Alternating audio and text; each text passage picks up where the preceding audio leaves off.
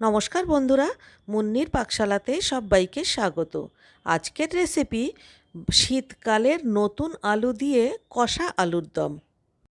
আলুর দম বাঙালির অতি প্রিয় একটি খাবার। লুচি, রুটি, পরোটা, ফ্রাইড রাইস, পোলাও সবার সঙ্গেই কিন্তু আলুর দম চলে।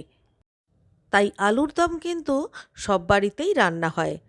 তবে আমি আজকে শেয়ার করব যে আমি কিভাবে এরকম কষা কষা ঝাল ঝাল আলুর দম রান্না করি। তো চলুন তাহলে রেসিপিটা দেখে নেওয়া যাক। আলুর দমের জন্য আমি এখানে ৩০০ গ্রাম নতুন আলু নিয়েছি, আর আলুগুলোকে ছাড়িয়ে ২ টুকরো করে কেটে নিয়েছি। এই আলুগুলো একটু সাইজে বড় ছিল, তাই ২ টুকরো করে কেটেছি। কারণ শীতের আলু একটু শক্ত হয়, তাই একদম ছোট ছোট আলু হলে সেগুলো গোটা গোটা রান্না করলে ভালোই লাগে। তবে এগুলো একটু সাইজে বড় ছিল, সেই জন্য আমি ২ টুকরো করে নিয়েছি। এখন প্রেসার কুকারে একটু জল বসিয়ে দিলাম। প্রথমে আলুগুলো দিয়ে ২টো সিটি দেব। আলু যতক্ষণে সেদ্ধ হচ্ছে ততক্ষণে অন্য উপকরণগুলোকে গুছিয়ে নিলাম। এখানে একটা বড় সাইজের পেঁয়াজ, যে ছোট ছোট চপারগুলো হয় না, হ্যান্ড চপার, সেই চপারে চপ করে নিয়েছি। একটা বড় সাইজের পাকা টমেটো, এটাকেও আমি হ্যান্ড চপারে চপ করে নিয়েছি। আর রয়েছে ১ চামচ আদা রসুন বাটা আর ২টো কাঁচা লঙ্কা। এবার কড়াইতে একটু বেশি করে হোয়াইট অয়েল সয়াবিন তেল দিয়ে দিলাম।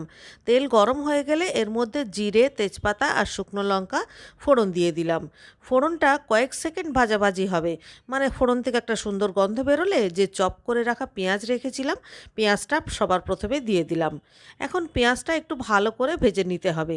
তবে পেঁয়াজ কিন্তু খুব একটা লাল লাল করব না, মোটামুটি ট্রান্সপারেন্ট মতো যখন হবে তখনই ওর মধ্যে ১ চামচ আদা রসুন বাটাটা দিয়ে দিচ্ছি।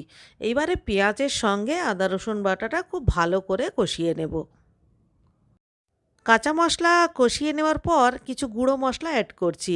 স্বাদমতো হলুদ, পরিমাণ মতো নুন, ১ চামচ লঙ্কার গুঁড়ো আর ১ চামচ জিরের গুঁড়ো। আর এই মশলাগুলোকে খুব ভালো করে কষিয়ে নেওয়ার জন্য অল্প একটু জল দিতে হবে। দিয়ে এবারে খুব ভালো করে আঁচটাকে একটু কমিয়ে কষিয়ে নিতে হবে। সব মশলা কষানো হয়ে গেছে, এবারে এর মধ্যে চপ করে রাখা টমেটোটাও দিয়ে দিলাম। এবারে টমেটোটাকেও আবার ভালো করে কষিয়ে নিতে হবে। আর এই সময় ঝালের জন্য ৩-৪টে কাঁচা লঙ্কা ভালোভাবে চিড়ে এর মধ্যে দিয়ে দিলাম।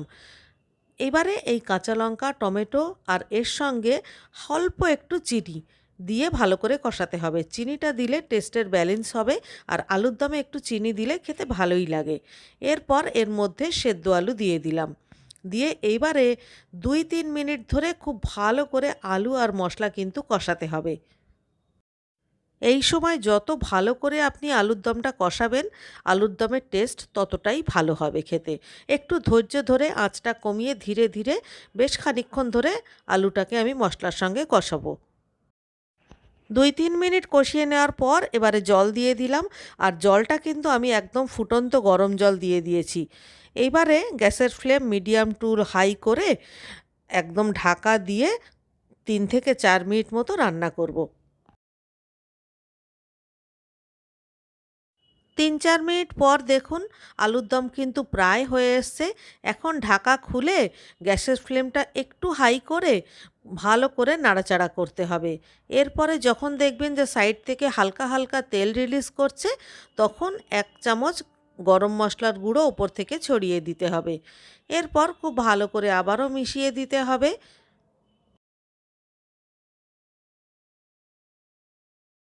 এবার গ্যাস বন্ধ করে ঢাকা দিয়ে ২ মিনিটের জন্য রেস্টে রেখে দিতে হবে।